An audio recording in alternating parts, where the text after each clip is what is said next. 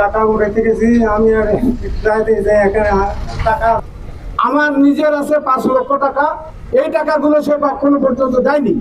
তারপরও আমি সবাইকে বলেছি, তোমরা কেউ এই সিটার বাটপার অধ্যাপক মনিরুল ইসলাম গাজী, উনারে ওই দেশে অধ্যাপক বলে ডাকা হতো, এত বড় ক্রিমিনাল ছিল, অধ্যাপক বলে ডাকা হতো।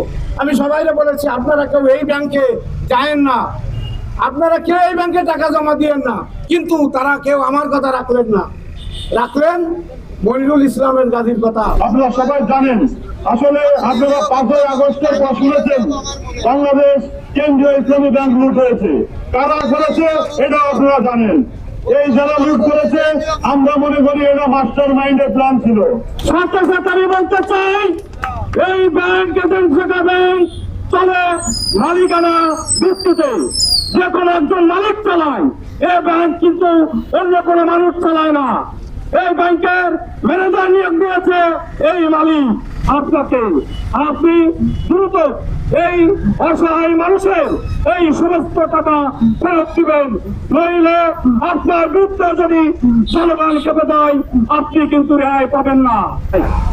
এই ব্যাংক যেদিন উদ্বোধন হয় সেদিন আমি এখানে ছিলাম। এই ব্যাংকে যারা উদ্বোধন করেছিল তারা এই এলাকারই লোক, এই আশেপাশেরই লোক, এই বিভিন্ন জায়গারই লোক। আজকে তারা থেকে এই মনিরুল সহ এদেরকে এখানে নিয়োগ দিয়েছে এবং তারা আমি বিশ্বাস করি যে এই ব্যাংকের যে টাকা লুট হয়েছে এই মালিক সম্পূর্ণ সবকিছু জানে। আপনাদের কাছে অনুরোধ করে বলতে চাই, আপনারা প্রয়োজনীয় ভাবে তদন্ত করুন এবং এই ব্যাংকের আমি বিভিন্ন সূত্রে জানছি এই ব্যাংকের যে মালিক তার ছেলেও লাগে এর সাথে যুক্ত আছে। সেই কারণে প্রেক্ষাপটটি আমি তুলে ধরছি।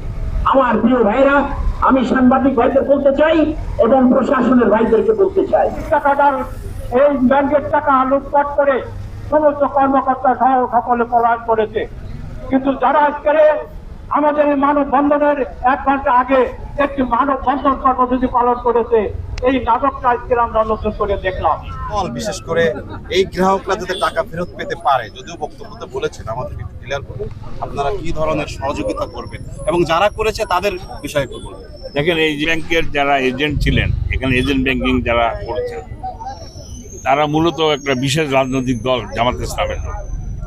এখানে আমাদের সাধারণ মানুষের অনেক কষ্টে দেখলাম, একজন পঙ্গু লোকের এরকম বহু লোকের টাকা প্রায় 3 কোটি টাকা মতো আত্মসাৎ করেছে।